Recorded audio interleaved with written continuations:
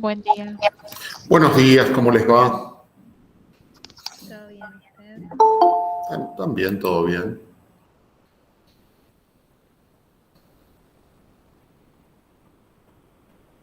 Esperamos un minutito si entra alguien más y comenzamos.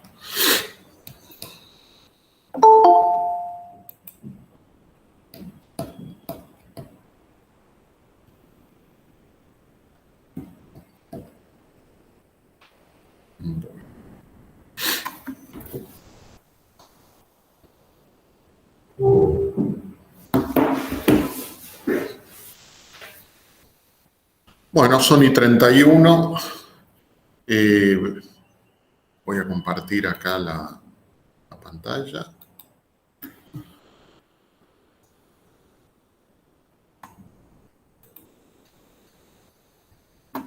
Bien.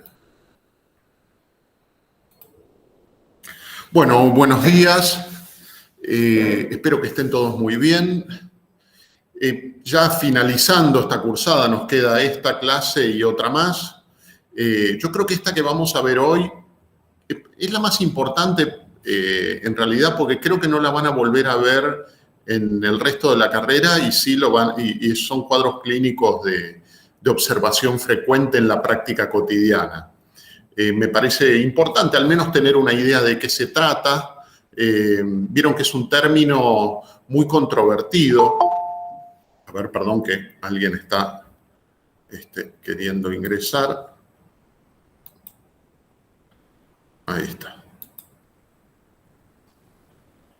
Les decía que es un término controvertido, pero ¿por qué?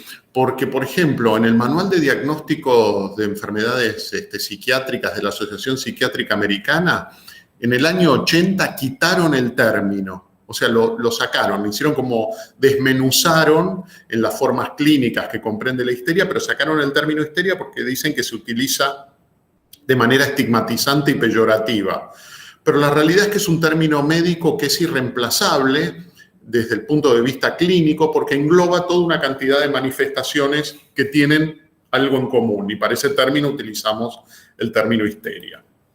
¿Cuál sería la definición? O sea, cuando nosotros estamos diciendo globalmente, ¿no?, el cuadro clínico histérico, hablamos de un grupo, o sea, son manifestaciones muy distintas unas entre sí que tienen o alteración de la función motriz o sensitiva, o alteración del campo de la conciencia, o convulsiones, que acá yo no lo pongo, o cuadros aparentemente somáticos, fíjense la variedad tan amplia que tiene, pero que no responden a patrones neurológicos o fisiológicos típicos. Dicho de otra manera, el paciente se presenta con una alteración que uno lo estudia y no encuentra la causa clínica, y la causa clínica parece vinculada a cuestiones emocionales, ¿no? Esto es otra de las cosas características.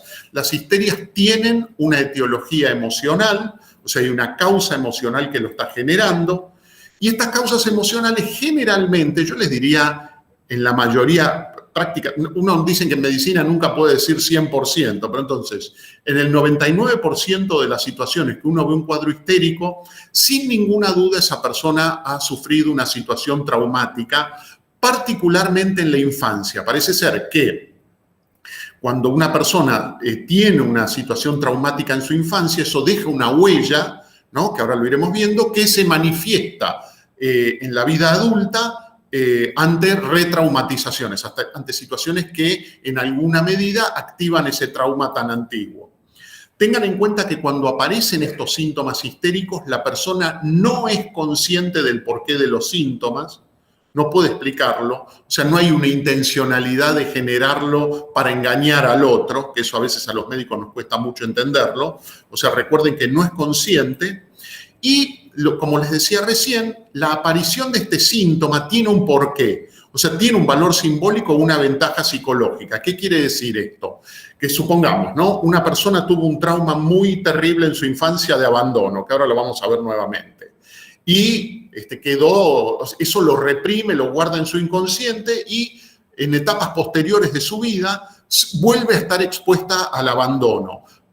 Pensado desde un modo lógico, a una persona que ha tenido un trauma de abandono y que vuelve a reexperimentarlo, le es preferible, entre comillas, manifestar un cuadro de estas características histéricas antes que ponerse en contacto con la conciencia de lo que está ocurriendo, ¿no? De que lo que está ocurriendo es que se reactivó el abandono tan penoso que tuvo en su infancia. O sea que tiene un valor simbólico y es como una defensa que la psiquis hace ante una situación muy penosa o dolorosa. De todos modos, acá lo pongo con signos de admiración, hay que tener mucho cuidado con el diagnóstico. Por más que conozcan al paciente y que sepan de sus antecedentes, siempre hay que descartar causas clínicas. El diagnóstico, y esto es un elemento fundamental que tienen que tener en cuenta, el diagnóstico de estos fenómenos histéricos es siempre por descarte. Una vez que han descartado con seguridad la causa clínica, ahí pueden pensar en el diagnóstico de histeria de manera más libre, pero siempre se lo estudia sistemáticamente hasta que se descarta que no tenga un diagnóstico clínico. Es muy frecuente también cometer el error de decir, sobre todo en pacientes con antecedentes, esto es lo mismo de siempre, cuando en realidad, supongamos, el paciente puede enfermarse y en vez de tener pseudocrisis convulsivas, las convulsiones sean verdaderas y sean, supongamos, por un tumor cerebral o porque desarrolló epilepsia el paciente. O sea, tener cuidado con el diagnóstico. Entonces, siempre que van a hacer el diagnóstico de histeria, tienen que haber descartado las causas somáticas previamente.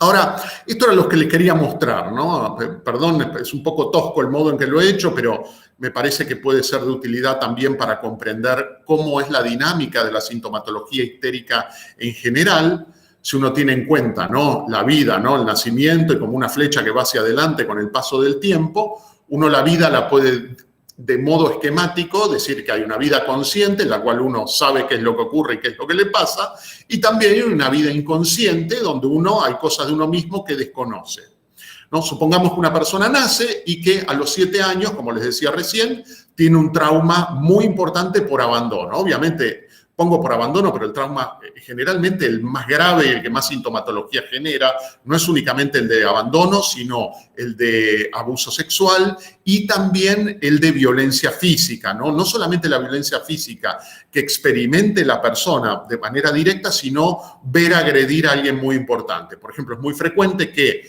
en familias donde hay, por ejemplo, un componente alcohólico, supongamos, en este caso, el padre es alcohólico y llega a la casa y golpea a la madre o a sus hermanos, esa situación ya de por sí genera un trauma. Pero bueno, el ejemplo que ponemos acá es trauma por abandono, ¿no? Y esto ocurre a los 7 años y es una situación tan difícil de poder aceptar para la persona que ¿qué es lo que hace? Lo reprime. Eso es un mecanismo de defensa.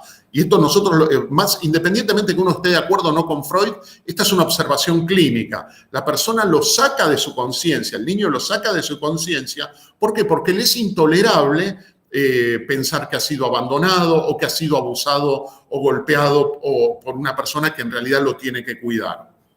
Entonces esto queda en el inconsciente. Y tener en cuenta que este tipo de traumas son atemporales. ¿Qué quiere decir? Que da lo mismo que hayan pasado a los 7 años y que a los 50 años se vuelva a activar, como si no hubiese pasado el tiempo. Esa es una de las características de la represión de un trauma. Entonces, esto queda en el inconsciente, es atemporal, va pasando el tiempo y supongamos que a los 30 años esta misma persona que tuvo un trauma por abandono vuelve a ser abandonada. En este caso vamos a suponer hay un abandono importante en un vínculo de pareja.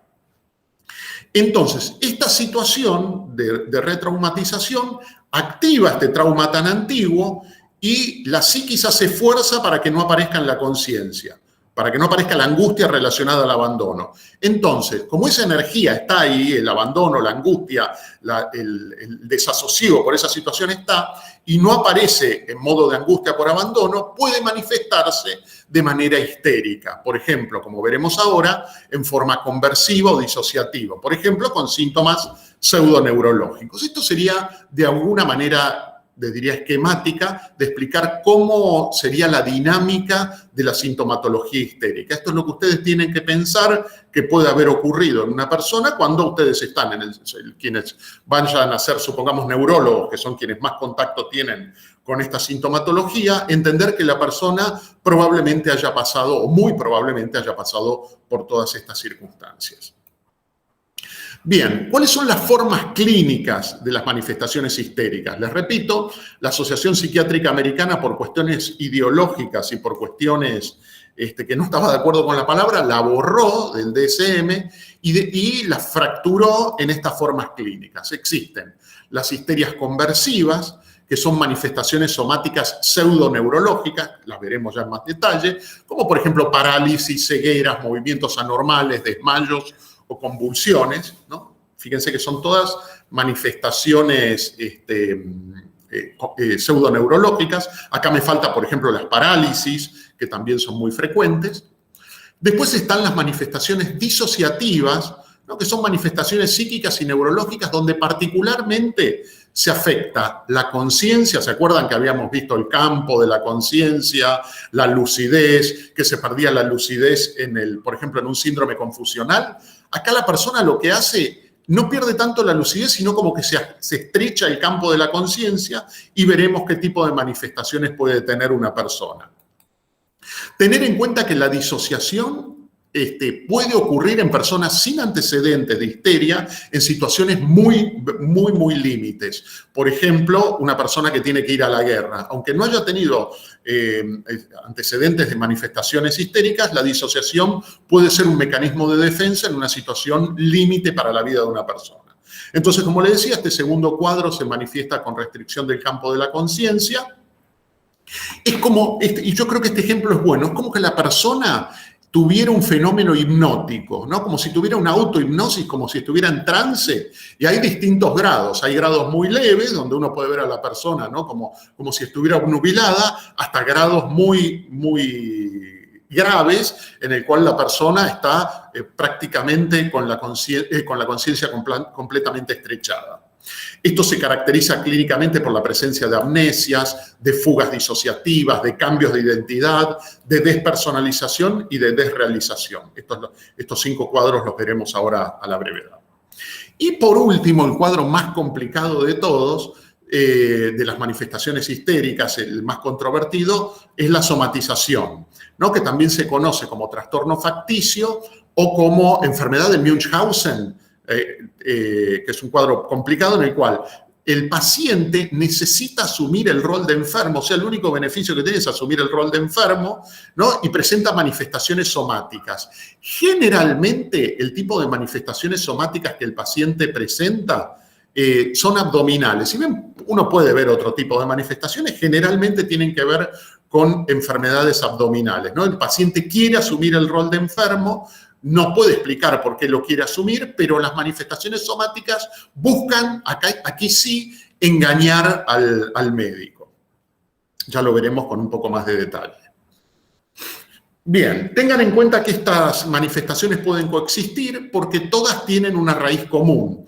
Desde el punto de vista etiológico, todas estas personas han padecido situaciones traumáticas en su infancia que han necesitado reprimir en su vida adulta. Por lo tanto, pueden coexistir conversiones y disociaciones. Es menos frecuente que coexistan con somatización, pero puede verse una combinación de estas formas. Bien, y tener en cuenta también que además de este tipo de manifestaciones, existe un modo de ser que se llama la personalidad histérica, que no siempre, esto ténganlo en cuenta, la personalidad histérica no siempre va a tener los cuadros anteriormente descritos, o sea, de conversión, de disociación y de somatización. Pero sí es un modo que facilita la aparición de este tipo de sintomatología. En la bibliografía ustedes lo van a encontrar como personalidad histriónica también. Estas son estas cosas inexplicables que ocurren en la psiquiatría, que para quitar, con esta finalidad que les decía, de quitar la palabra histérica, la cambiaron, la suplieron por la palabra histriónica como si fueran sinónimos cuando en realidad no lo son.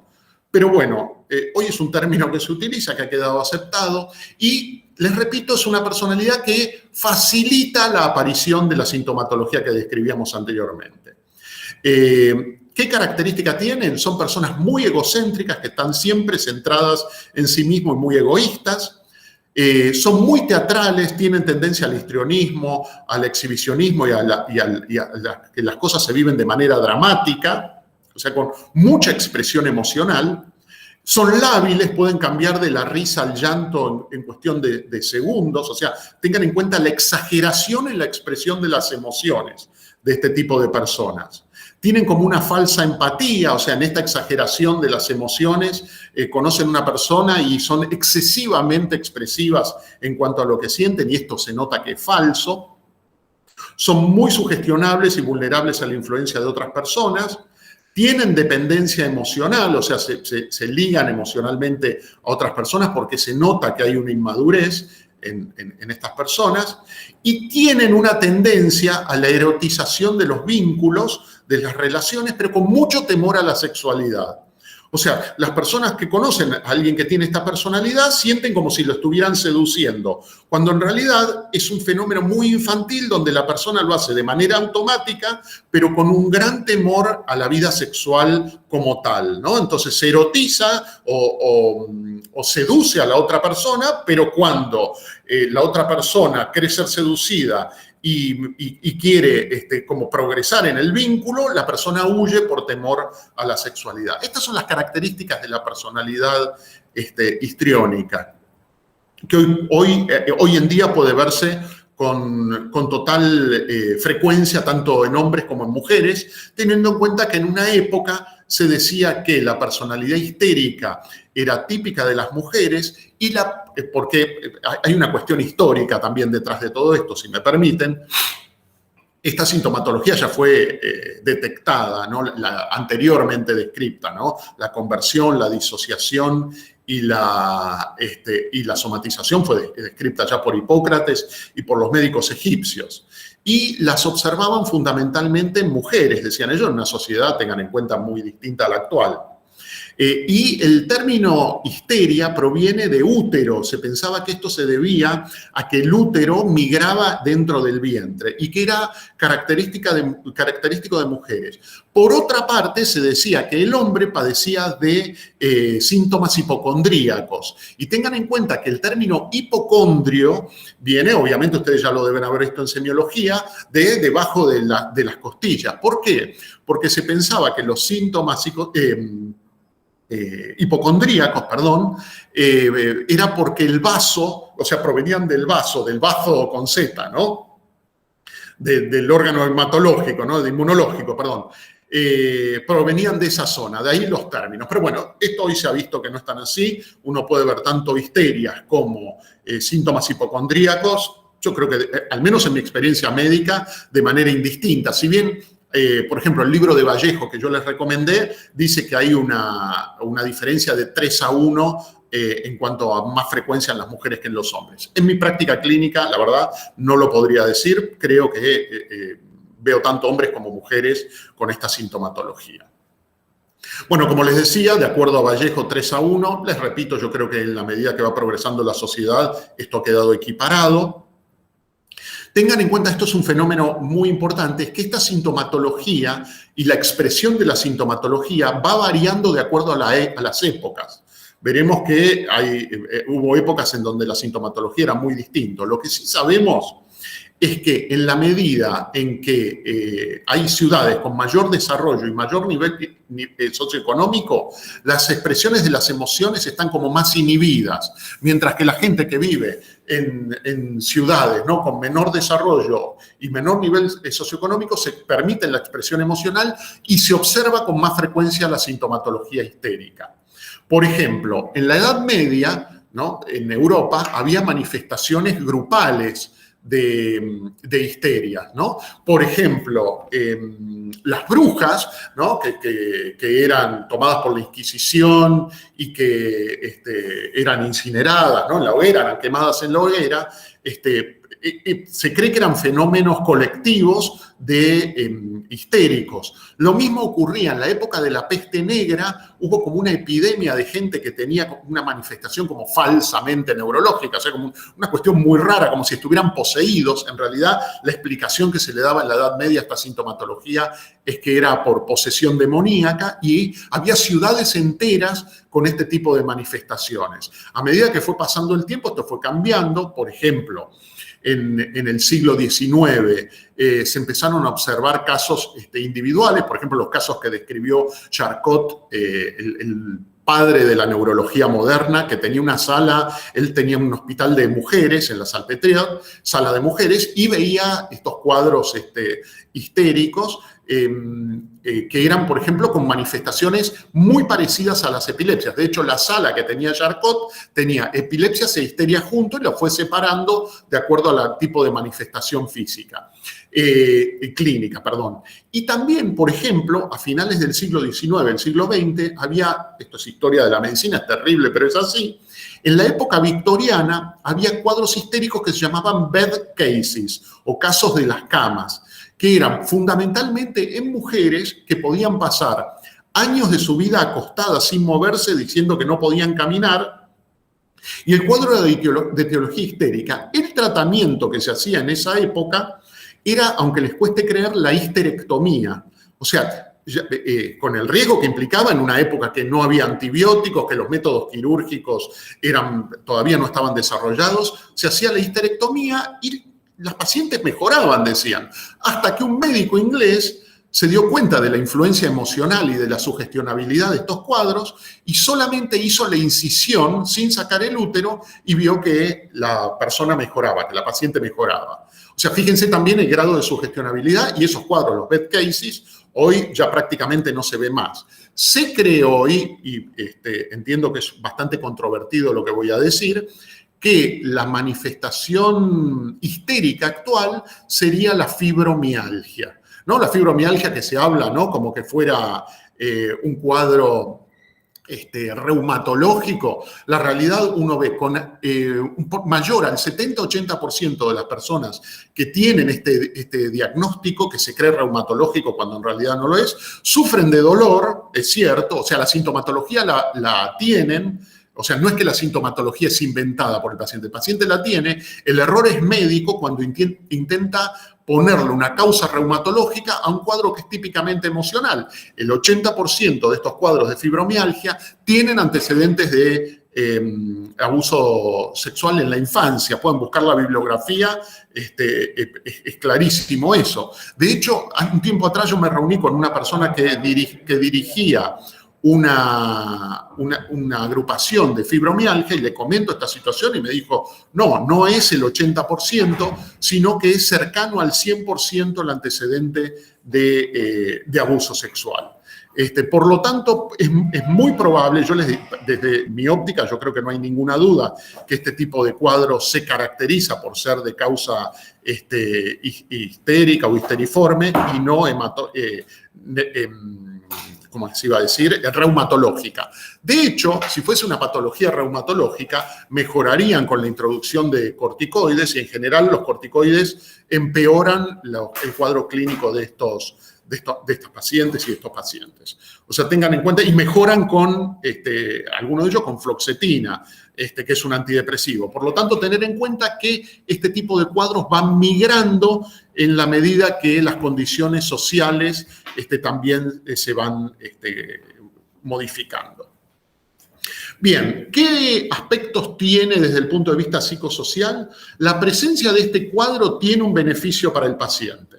Primero y principal, que no se haga consciente lo más penoso que le ha tocado vivir en la vida a la persona. Eso es un beneficio que obtiene. Es cierto que es una victoria medio pírrica porque la manifestación de estos síntomas son muy desgastantes para el paciente y para el entorno, pero hay otro beneficio secundario, es que muchas veces la aparición de esta sintomatología hace que el paciente pueda evitar, por ejemplo, situaciones que no quiere enfrentar.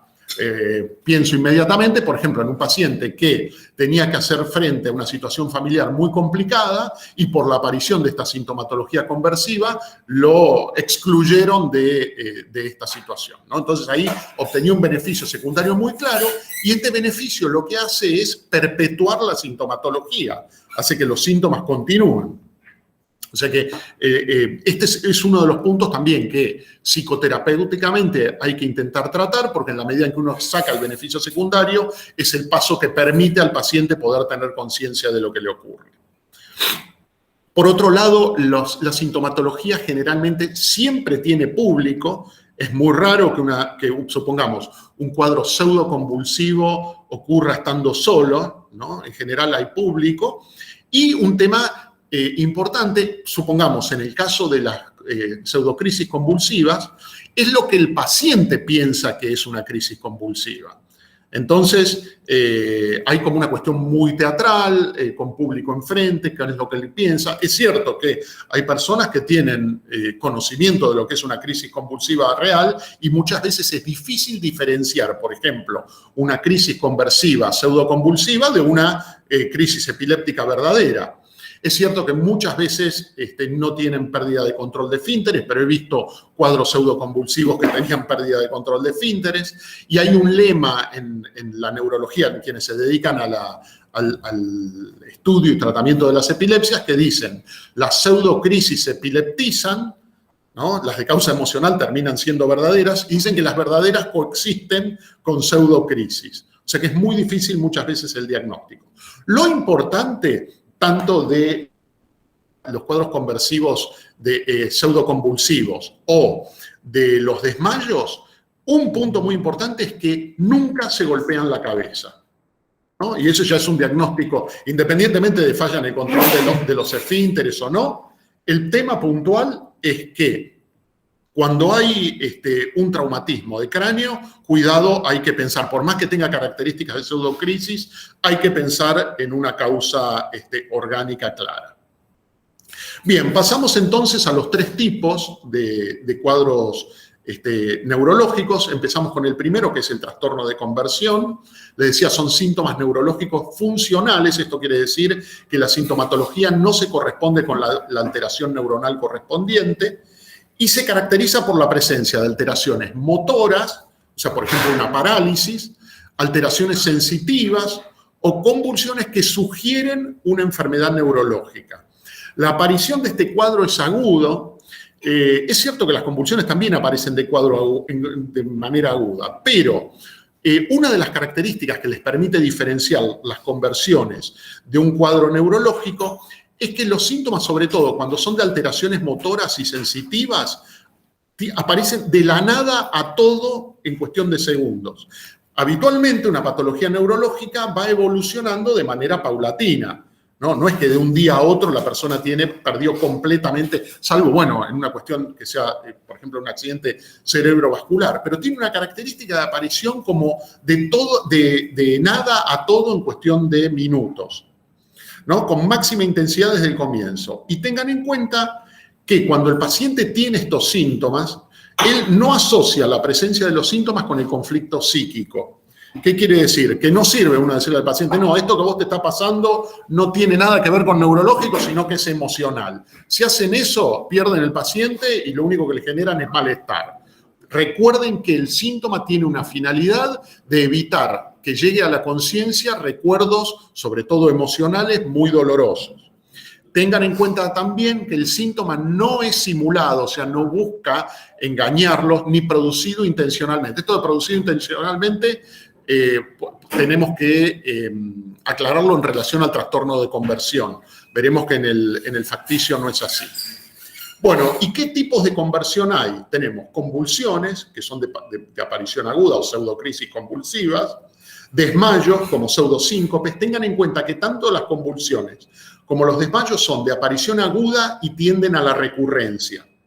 Por otra parte, hay fenómenos conversivos de dolor. El dolor conversivo es realmente muy difícil de tratar, muchas veces localizado en zonas genitales. Puede ser la presencia de movimientos anormales que simula corea o Parkinson. Estos son de mal pronóstico, al igual que las pseudocrisis convulsivas. La presencia de debilidad o parálisis muscular, de anestesia o de pérdida sensitiva, síntomas en la deglución, o sea, estos serían síntomas motores, personas que dicen que no pueden tragar adecuadamente o que tienen la sensación de un bolo faríngeo que les impide la deglución. Esto es frecuente como síntoma conversivo. También he tenido oportunidad de verlos, personas que tienen disfonía o afonía, que dicen no poder hablar.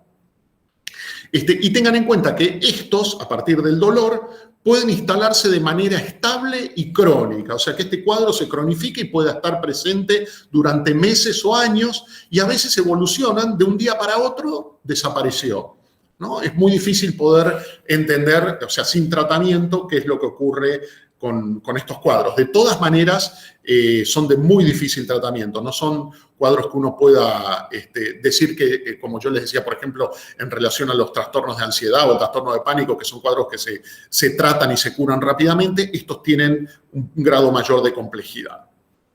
Bien, les repito, entonces, en relación al trastorno de conversión, esto ustedes, si estuviéramos en un aula, me lo podrían contestar ustedes. ¿Cómo se hace el diagnóstico? Por sobre todo, lo fundamental, primero hay que descartar causas clínicas, incluso en pacientes con antecedentes de síntomas conversivos. Síganlo estudiando porque recuerden que las personas pueden tener comorbilidad de un cuadro clínico junto con un cuadro conversivo. El problema cuando se hace el diagnóstico de conversión, que al paciente ahí sí hay en algún modo una estigmatización médica y se piensa que no puede tener ninguna otra cosa que conversión y toda sintomatología que tiene muchas veces se interpreta como de esta causa. Y ahí es donde ocurren los errores y las malas praxis médicas. Consideren, o sea, que una vez que han descartado causa médica, los ayuda al diagnóstico, que el cuadro clínico es atípico, por ejemplo, no tiene correlación neurológica. Por ejemplo, en el caso de convulsiones, no se golpea la cabeza, no se muerde la lengua, no tiene pérdida de control de esfínteres y cuando le hacen una videoelectroencefalografía, el paciente puede tener la convulsión y el registro electroencefalográfico ser normal. Por ejemplo, ese es el diagnóstico prácticamente de certeza en estos cuadros. También tengan en cuenta que estos cuadros se asocian a presencia de factores estresantes desencadenantes. Busquen también, esto es importante, antecedentes personales, ¿no? Buscar otros síntomas previos y ayuda también al diagnóstico, si bien no es algo patognomónico ni de certeza, los antecedentes infantiles. O sea, si la persona ha tenido antecedentes de trauma, ¿no? Esto se lo puede decir el paciente, o si están muy reprimidos los familiares del paciente, buscar este antecedente porque recuerden, hay un elemento facilitador y etiológico fundamental en la presencia de traumas en las personas. Y también observen si esta sintomatología otorga algún tipo de beneficio secundario en una situación estresante. Como decir que la persona queda exenta de enfrentar una situación muy estresante debido a la presencia de esta sintomatología. Y un punto final para tener en cuenta con respecto a la clínica del trastorno conversivo es lo que Charcot denominó belle indifférence o bella indiferencia, que él observaba con una agudeza clínica maravillosa, que los pacientes que tenían esta sintomatología eran como indiferentes a lo que les estaba ocurriendo. Imagínense quedarse ciegos de un día para otro y la persona prácticamente no quejarse de esa situación. Eso es muy típico de los trastornos conversivos, les diré casi característicos. Y esto uno lo puede ver en la clínica, en este hospital, se puede ver con relativa frecuencia. Pasamos al segundo cuadro dentro de las histerias, que son los trastornos disociativos. Estos, desde el punto de vista clínico, son mucho más polisintomáticos que los conversivos, son también de aparición súbita, pero aquí, en el trastorno disociativo, lo que ustedes tienen que tener en cuenta es que se afecta la conciencia, la memoria o la identidad de la persona. Este sería como la base del trastorno disociativo. Consideren que la disociación como tal es un fenómeno normal ante situaciones muy estresantes, ¿no? Una persona, supongamos que uno diga, bueno, no sé cómo hice tal cosa en determinada situación. Uno tiene una situación de, por ejemplo, ¿no? Una persona ve que alguien va a sufrir un accidente o que está en una situación de riesgo y esta persona va y ayuda a la persona y lo salva de esa situación. Puede que ocurra que cuando uno le pregunta cómo hizo para salvar a tal persona, la persona diga, no sé, no me acuerdo. ¿Por qué? Ahí la disociación fue funcional. En una situación de riesgo, como que bloqueó su conciencia y hizo lo que tenía que hacer. Pero esto es de un modo, digamos, positivo. Tenemos en cuenta que la disociación, de modo patológico, altera la funcionalidad del individuo, no es productiva. Tengan en cuenta también todas estas cuestiones, tanto la conversión, la disociación, como el trastorno facticio, están asociados a situaciones traumáticas en la infancia y, como les decía anteriormente, pueden ser mucho más floridos desde el punto de vista clínico y polisintomáticos que las conversiones.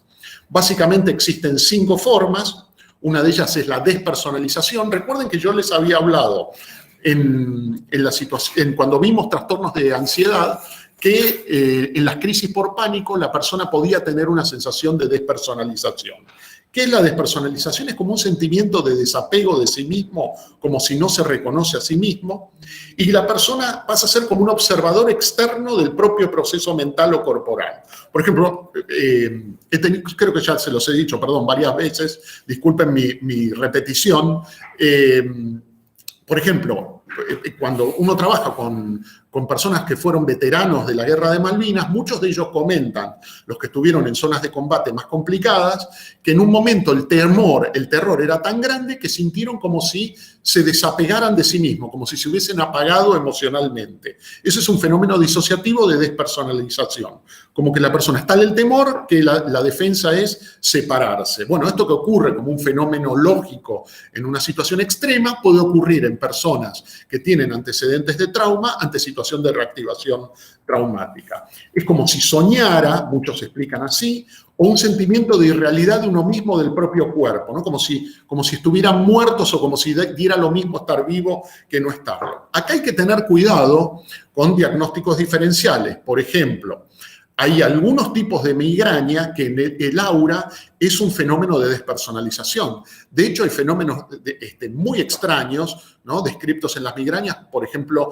la reduplicación, que la persona siente que le aparece un brazo más o que tiene una cabeza más. O en la epilepsia también puede tener como previo a una aura epiléptica, o sea, como previo a la crisis, perdón, como una aura epiléptica, puede tener fenómenos de despersonalización. Tienen también la percepción como que el tiempo pasa despacio, o sea, es una sensación de extrañeza en relación a sí mismo.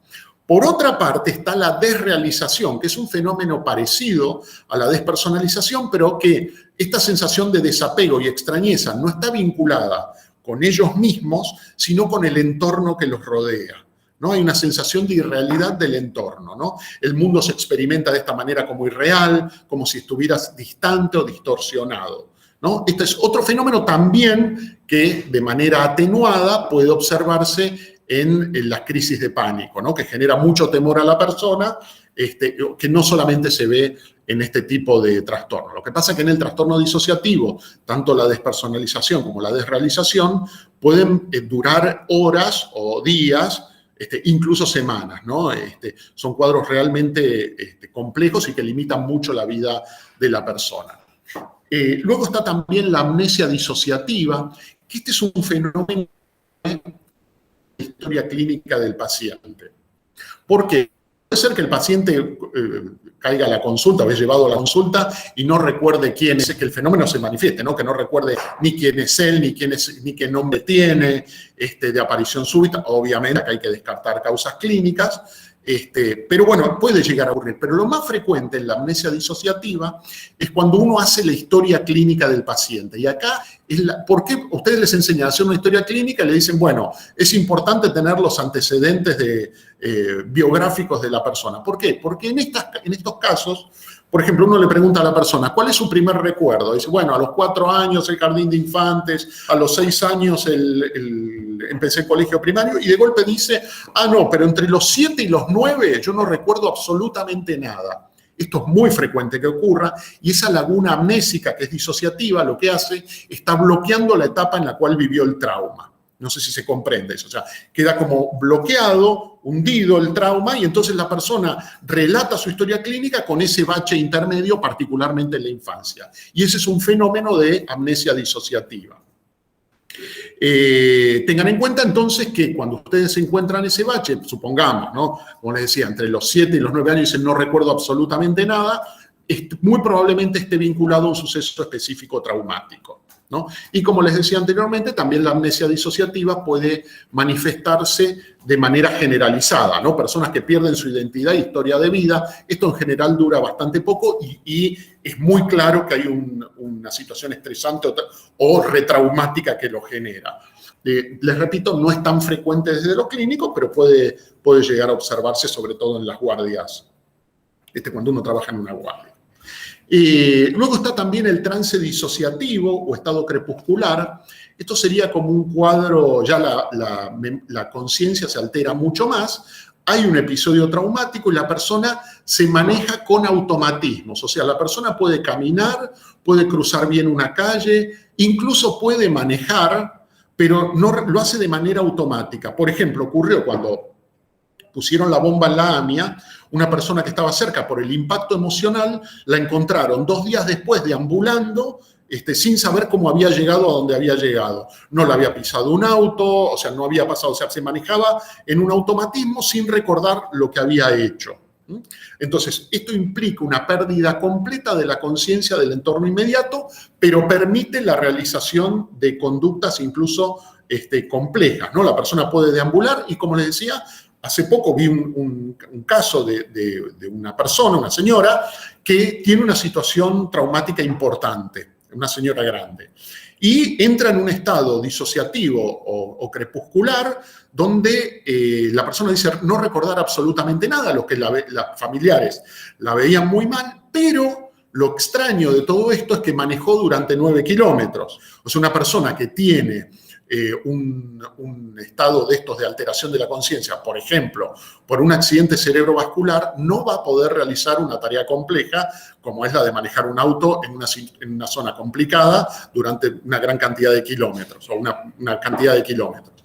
El problema de este caso puntual es que se le hizo a las semanas una resonancia magnética y se encontró un sangrado subaracnoide. Entonces, el diagnóstico estaba los psiquiatras que decían que era un trastorno disociativo crepuscular y los neurólogos decían que lo que tuvo esta señora fue una cuestión ligada a un accidente cerebrovascular de una de las arterias posteriores. No recuerdo si basilar o vertebral. Lo cierto es que no se pudo, no se repitió el cuadro y no se pudo saber si realmente cuál de las dos partes tenía razón. Obviamente fue tratada por la causa vascular y quedó el interrogante si no había tenido un estado crepuscular o un trance disociativo.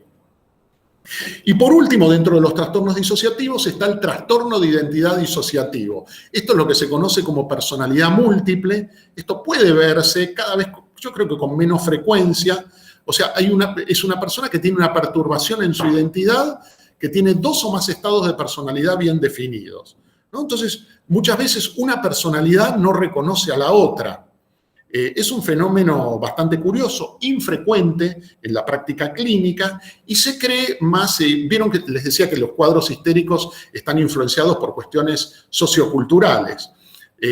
Por un lado, Aristóteles decía que el arte imita a la vida, pero, o sea, que el arte tiene como función imitar a la vida, pero en este caso habría que utilizar una frase que Oscar Wilde cambió el orden, que dijo, la vida imita al arte. ¿Qué quiere decir esto?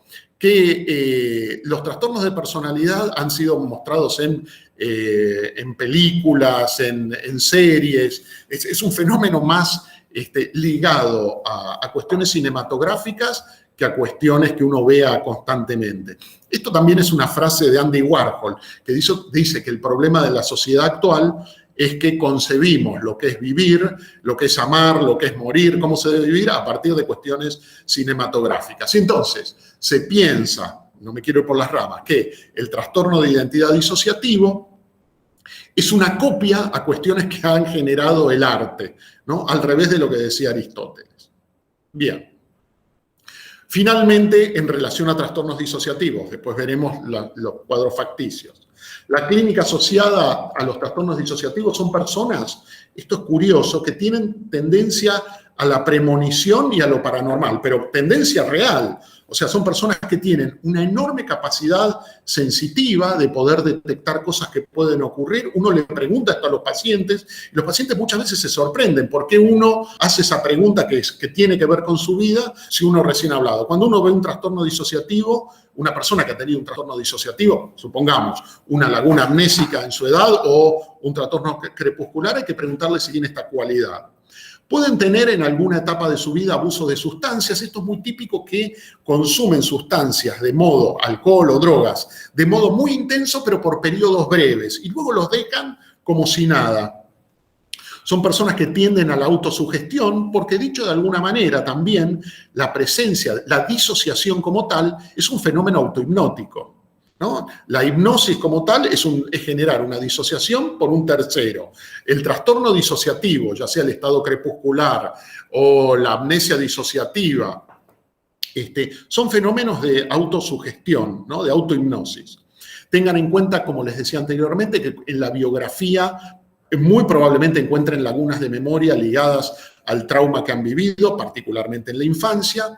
Son cuadros clínicos múltiples también. Son personas que, junto con los trastornos disociativos, pueden tener cefaleas de muy difícil tratamiento, dolores de muy difícil tratamiento, que uno utiliza distintos analgésicos y no hay respuesta. Esto es muy típico de las personas que tienen trastornos disociativos.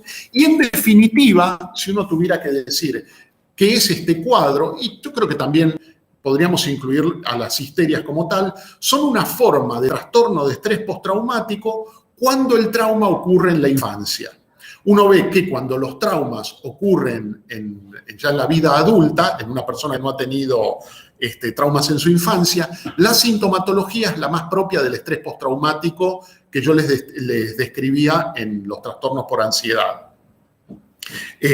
Mientras que, o sea, los traumas en la vida adulta generan síntomas de ansiedad. En la infancia tienen la tendencia a generar síntomas histéricos, ya sea conversivos, disociativos o somáticos o fácticos. Bien, y ahora sí, ya nos queda poco para ir finalizando. Este es un poco el cuadro más controvertido, más difícil, más complicado para los médicos, que es lo que se llama el trastorno facticio. También pueden encontrarlo en la bibliografía como síndrome de Munchausen. Es un cuadro en donde el paciente tiene la necesidad de asumir el rol de enfermo. Esto es muy, muy extraño, ¿no? de poder entenderlo. Entonces el paciente, tengan en cuenta lo siguiente, falsifica, o sea, acá lo hace de manera deliberada, ¿no? Yo le decía, no hay intencionalidad. En realidad, el paciente con un trastorno facticio falsifica los síntomas, pero él no puede explicar por qué lo falsifica. O sea, ¿cuál es la tendencia que lo hace falsificar síntomas? Porque no busca engañar al médico para obtener un beneficio como hace una persona que busca simular para obtener, no sé, una ventaja en su trabajo. No, acá el paciente lo único que quiere es asumir el rol de enfermo. Entonces falsifica síntomas físicos o psicológicos o se induce una lesión o una enfermedad con la sola finalidad de asumir el rol de enfermo. O sea, cuando uno ve este cuadro, hay una ausencia de un beneficio secundario claro. Recuerdo hace muchos años, por ejemplo, una persona que había tenido un seminoma testicular, ¿no? Y tiempo después se le hacían los controles periódicos, el cirujano que lo seguía le pide una radiografía de abdomen. Y cuando ve la radiografía de abdomen, ve que se olvidó, parece, hay una gasa en el abdomen. Imagínense, el cirujano dice, me olvidé una gasa dentro del abdomen, no sé, 6 meses o un año después de la cirugía. Le piden una tomografía y en la tomografía el paciente se había pegado la gasa en la espalda. ¿Para qué? Para ser operado. Es muy raro esto, muy complicado de poder entenderlo. Esto tiene un nombre específico. Son personas que simulan manifestaciones abdominales con el solo fin de ser operado. Esto lo van a encontrar y está en el libro de Vallejo Ruilova como síndrome de Briquet. Y tiene un signo bastante típico, cuando ustedes ven, si no les toca por primera vez el paciente, que se llama abdomen en campo de batalla o abdomen en damero. ¿Qué quiere decir? El abdomen lleno de cirugías porque han sido operados por supuestos abdomen agudo varias veces sin haber encontrado nada. Son pacientes que aparecen en el hospital y tratan, o en la consulta médica, generalmente en hospitales, y que es muy difícil obtener los antecedentes médicos, porque en general van a un lugar, lo operan, ven que no tiene nada, los médicos fueron engañados, y entonces al paciente lo expulsan y el paciente nunca tiene la historia clínica, ¿no? Hace como un cuento de cómo es su historia, eso también ayuda al diagnóstico médico. Tengan en cuenta entonces que el paciente se presenta a sí mismo como enfermo, incapacitado, lesionado. Y les repito, la necesidad de asumir el rol de enfermo es inconsciente. No buscan un beneficio económico ni nada, buscan asumir el rol de enfermo. Como les decía recién, uno de los signos, cuando es abdominal, que es lo más frecuente, es el abdomen endamero. Pero, por ejemplo, he visto personas que tenían hipoglucemias a repetición, y no se pensaba que tenía un insulinoma, y en realidad lo que hacía era se inyectaba insulina cuando los médicos no lo veían. Estando acá internado, llegó a tener insulinemias de 40 o de 50, de mucho riesgo, pero se midió el péptido C, y recuerden que cuando hay un insulinoma, el diagnóstico entre si la insulina proviene de manera exógena o endógena es la presencia o no del péptido C. Cuando una persona se inyecta insulina, no hay aumento de péptido C. Cuando hay un insulinoma, el péptido C está muy incrementado. Entonces hizo el diagnóstico a través de un hallazgo de laboratorio. Pero son realmente pacientes muy, muy difíciles y que generan mucha frustración en el equipo médico. Se cuenta en el anecdotario de la cirugía argentina que hubo un paciente que era tan hábil en la generación de los síntomas de abdomen agudo que engañó a uno de los más grandes cirujanos que tuvo nuestro país, que fue Enrique Finocchieto. O sea, tengan en cuenta lo difícil muchas veces que es hacer este diagnóstico. En relación al trastorno facticio, también es importante recordar que existe una forma que es vicariante, que esto lo ven los pediatras, que son aquellos padres o madres que ponen al hijo en el rol de enfermo. Entonces, por ejemplo, llevan al hijo diciendo que orinó sangre, esto me lo han contado pediatras, con un frasco de orina con sangre. Entonces al chico lo estudian, ¿no?, de pies a cabeza y no encuentran nada. Y a alguien se le ocurrió ver qué tipo de sangre tenía la orina, y era la sangre materna. O sea, esto es frecuente, la madre o el padre, sobre todo es más frecuente que ocurra en relación a la madre. La madre pone al hijo en el rol de enfermo y que sea internado y estudiado como tal. Es un cuadro realmente muy duro que los pediatras ven con relativa frecuencia. Así que aquellos que se dediquen a la pediatría probablemente lo vean, los que se dediquen a la cirugía también, y los que se dediquen a clínica, sobre todo a neurología, tendrán mucha oportunidad de ver este tipo de cuadros. Bien, ya para ir finalizando, ¿qué curso y pronóstico tienen los trastornos histéricos en general? En general tienen una tendencia natural a la remisión espontánea, sin que nadie lo espere. Después de haber hecho miles de tratamientos, de un día para otro pueden mejorar espontáneamente. Sí hay un beneficio secundario muy evidente, ¿no?, que le impide a la persona, ¿no?, que el trauma acceda a la conciencia o le evita alguna cuestión en su vida cotidiana, puede tender a la cronicidad. Los de peor pronóstico son cuando hay movimientos anormales, tipo como pseudo-parkinsonianos o pseudocoreicos, y las pseudocrisis convulsivas. Estos son los de peor pronóstico. ¿Qué tratamiento tienen estos cuadros? Primero, lo primero que uno tiene que tener en cuenta es la actitud que genera en uno mismo. Cuando uno detecta un cuadro de estas características, no solamente no me refiero al facticio, me refiero a todos en general ahora, ¿no?, al conversivo, al disociativo y al facticio. Genera mucho enojo por frustración en el médico. El médico interpreta que el paciente lo está engañando adrede, cuando en realidad la motivación de esta sintomatología es inconsciente. Recuerden que lo que no deben decirle al paciente es que el paciente no tiene nada. Primero y principal, porque el paciente tiene algo. No tiene lo que ustedes supusieron en un momento, lo que uno supuso en un momento, que es, supongamos, una epilepsia o un trastorno motor por un tumor en el área motora primaria. Pero tampoco el paciente quiere escuchar que se le diga nada porque, les repito, tiene algo que tiene que ver con su propia historia, más ligado a la psicología de la psiquiatría que a una cuestión orgánica o médica.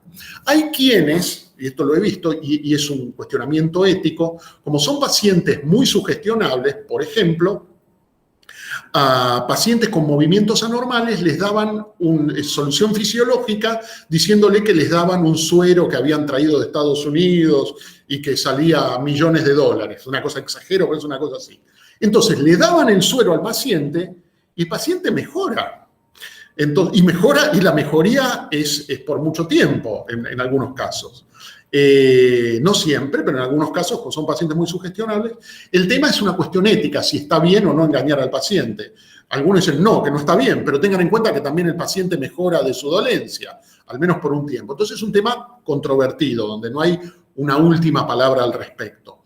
Recuerden que es importante, lo que mejora al paciente es escucharlo y decirle, no le digan al paciente que no tiene nada, recordarle que se lo ha estudiado pensando en unas patologías y que de acuerdo a los métodos que se han utilizado y a los criterios clínicos no han podido encontrar una causa a lo que tiene, una causa orgánica. Pero no es que no tiene nada, pero que tiene algo, sí tiene. Tengan en cuenta que no hay que realizar estudios clínicos innecesarios. Estos pacientes muchas veces quedan expuestos a radiación y a estudios muchas veces muy complejos. Desde el punto de vista terapéutico, y esto ya entra dentro del plano de lo psicoterapéutico, que es disminuir el beneficio secundario. Esto hay que hablar con la familia, exponerlo, ¿no?, a lo que tiene que vivir. Y el objetivo fundamental es que el paciente con el tiempo pueda ligar causa y efecto. ¿Qué quiere decir? Que el paciente pueda poner dentro de su vida psíquica consciente el dolor del trauma que le ha tocado vivir. Eso es un fenómeno que lleva tiempo, que no es algo que se logre en un solo momento y que requiere, a veces se puede lograr y muchas veces no, requiere un tratamiento psicoterapéutico prolongado. Tengan en cuenta también que estos pacientes no solamente tienen estas cuestiones histéricas, sino que muchas veces hay otras comorbilidades psiquiátricas que deben ser tratadas. Particularmente tienen trastornos de ansiedad, como crisis de pánico o trastorno de ansiedad generalizada, o pueden tener también comorbilidad psiquiátrica depresiva. Para ahora sí finalizar la clase, quiero dejar como un elemento fundamental en relación al diagnóstico diferencial de las histerias, ¿no? Perdón que sea repetitivo con esto, las histerias comprenden los síntomas conversivos, los síntomas disociativos y el trastorno facticio. Y tengan en cuenta que son sintomatologías sin causa orgánica evidente, los síntomas son producidos de manera inconsciente y hay una causa emocional que los genera. Esto es distinto de lo que se llaman trastornos psicosomáticos. Los trastornos psicosomáticos implica que la persona tiene una situación estresante y va a tener una sintomatología clínica verdadera. Por ejemplo, una persona que está bajo mucho estrés va a desarrollar hipertensión arterial.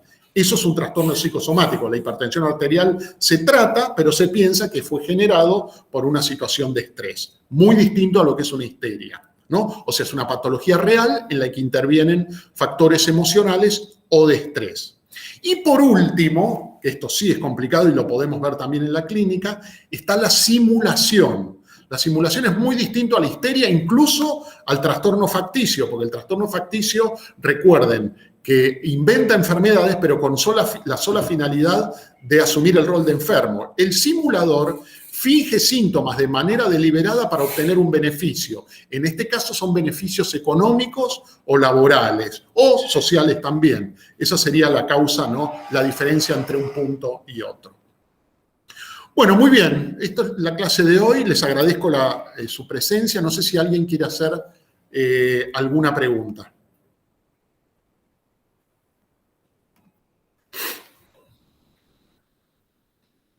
Bueno, muy bien.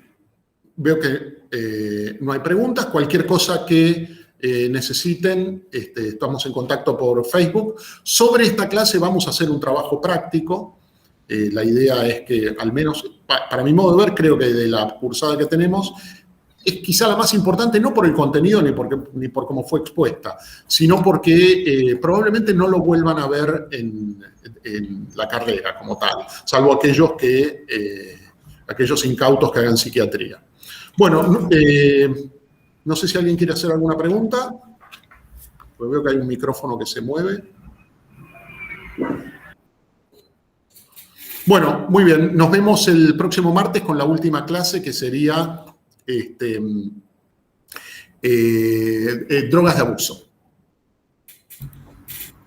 Listo, bueno, muchísimas gracias.